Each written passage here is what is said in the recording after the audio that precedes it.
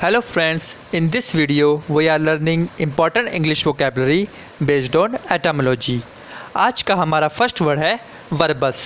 It's mean using more word than necessary, therefore long and boring and wordiness.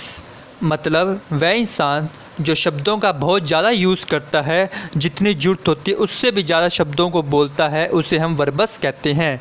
मतलब वह इंसान जो ज़्यादा बातें करता हो और जिसकी बातें बाद में बोरिंग लगती हो, उसे हम वर्बस कहेंगे। वर्बस एक लैटिन रूट वर्ड से बना है जो है वर्बन, जिसका अर्थ होता है वर्ड। अब हमारा नेक्स्ट वर्ड है voluble. Its mean frequency, ease और rapidly to speech without hesitation. मतलब वह इंसान जो अच्छे तरीके से बोल ले किसी के भी सामने बिना किसी हेजिटेशन के, उसे हम वॉल्यूबल कहेंगे। वॉल्यूबल एक लैटिन रूट वर्ड से बना है जो है volvo and voluous. Its mean to roll. अब हमारा नेक्स्ट वर्ड है गारुलस।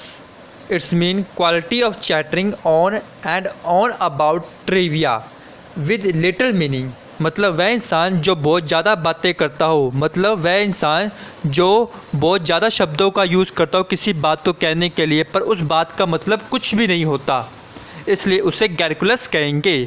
गैरकुलस एक लैटिन रूट वर्ड से बना है जो है garrio. Its mean to chatter. अब हमारा नेक्स्ट वर्ड है verbatim. Its mean repeating the exact word that were used, या फिर वर्ड फॉर वर्ड। मतलब जब हम कुछ ऐसे शब्द बोलें जो जैसे लिखे हुए हैं उसको हम वैसे ही बोल दें, तो उसे हम वर्बटिन कहेंगे।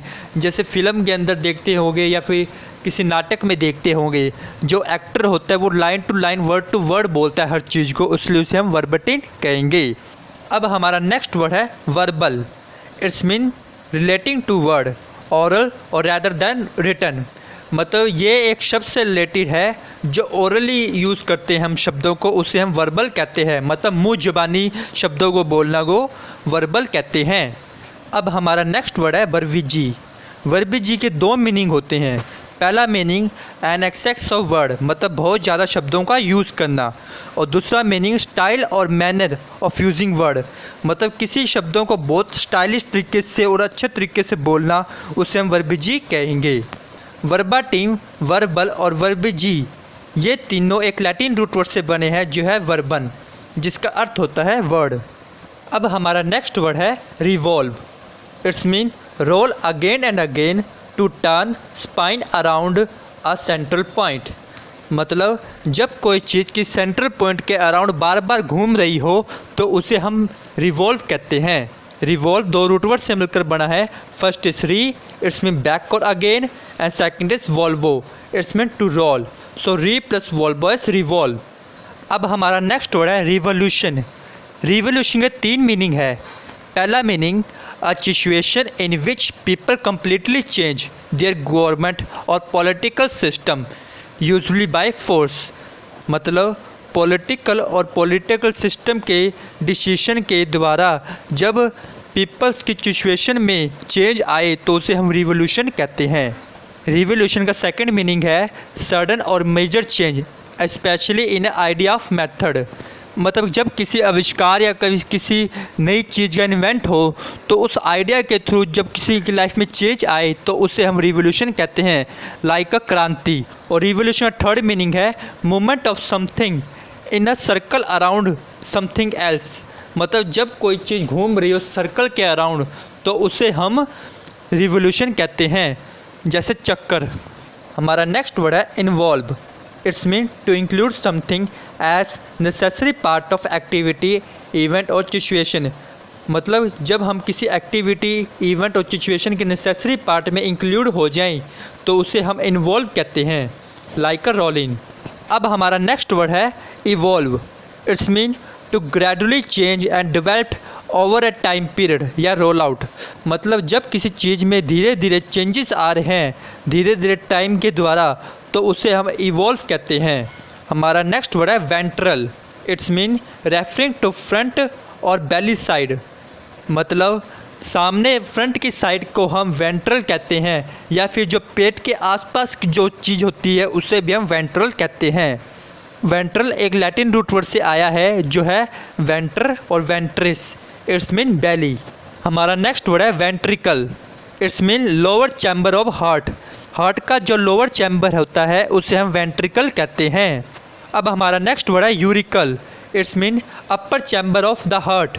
जो हार्ट का अपर चैम्बर होता है उसे हम यूरिकल कहते हैं। यूरिकल एक लैटिन रूट वर्ड से आया है जो है यूरिस।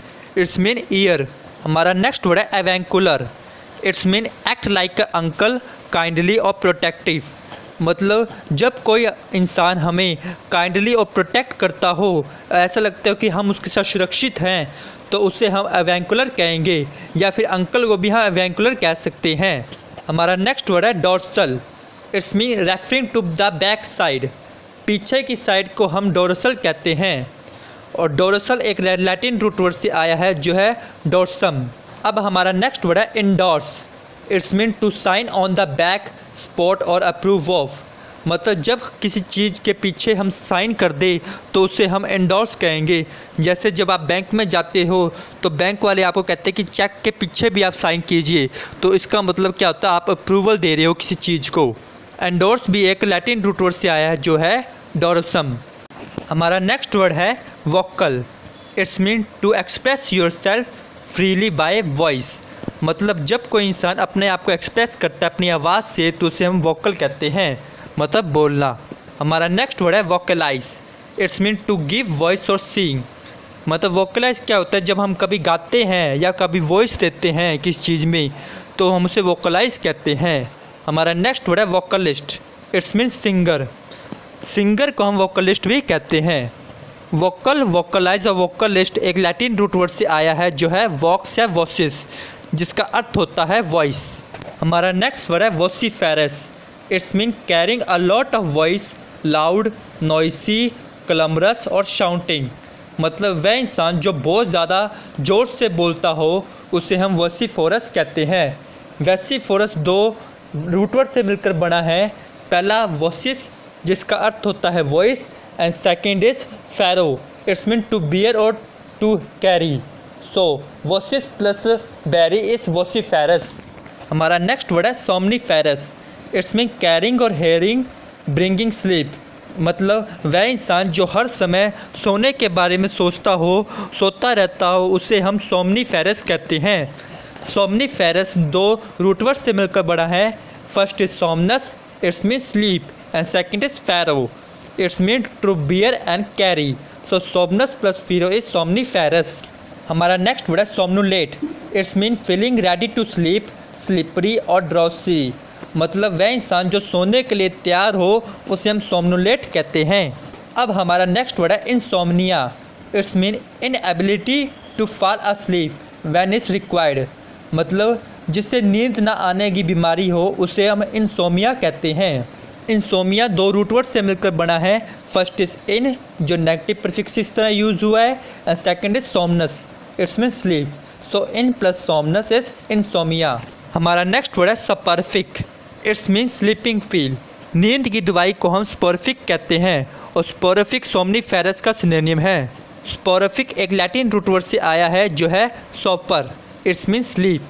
हमारा नेक्स्ट वर्ड है somnambulism. Its mean pretending to sleep walking, the person who is a sleep walker. मतलब जिसे नींद में चलने की बीमारी हो उसे हम सोनम्बुलिज्म कहते हैं। सोनम्बुलिज्म दो रूट वर्ड से मिलकर बना है। First is somnus, its mean sleep, and second is ambula, it's mean to walk. So somnus and ambula is somnambulism. अब हमारा नेक्स्ट वर्ड है ambulatory. Its mean able to walk through previously bed ridden. मतलब जो इंसान चलने के लिए लायक हो जाए उसे एम्बुलेटरी कहते हैं। एग्जाम्पल में लें, जब किसी पेशेंट का एक्सीडेंट हुआ हो और वो चल ना सकता हो, पर थोड़े टाइम बाद जब वो ठीक हो जाए और चलने के लायक हो जाए तो उसे हम एम्बुलेटरी कहेंगे। अब हमारा नेक्स्ट वर्ड है perambulator. Its mean baby carriage.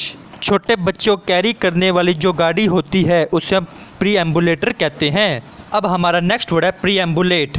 It's mean to walk around a place slowly और फॉर ए प्लेजर। मतलब किसी स्थान पर चलना, वो भी आराम से और प्लेजरी, लाइक टहलना या सैर करना, तो उसे हम प्री एम्बुलेट कहेंगे। अब हमारा नेक्स्ट वर्ड है amble. Its mean to walk aimlessly. Amble भी प्रीएम्बुलेट जैसा ही मीनिंग देता है, लाइक टहलना या सैर करना। अब हमारा नेक्स्ट वर्ड है प्रीएम्बल। इसमें इंट्रोडक्शन और इंट्रोडक्टरी इवेंट, मतलब जब किसी इवेंट या किसी चीज़ की शुरुआत करते हैं तो शुरुआत में जो इंट्रोडक्शन देते हैं तो उसे हम प्रीएम्बल कहते हैं। प्रीएम्बल दो रूट वर्ड से मिलकर बना है। First is pre, it's mean before, and second is ambula, it's mean to walk. So pre plus ambula is preambula. And this is the end of the session, and thank you.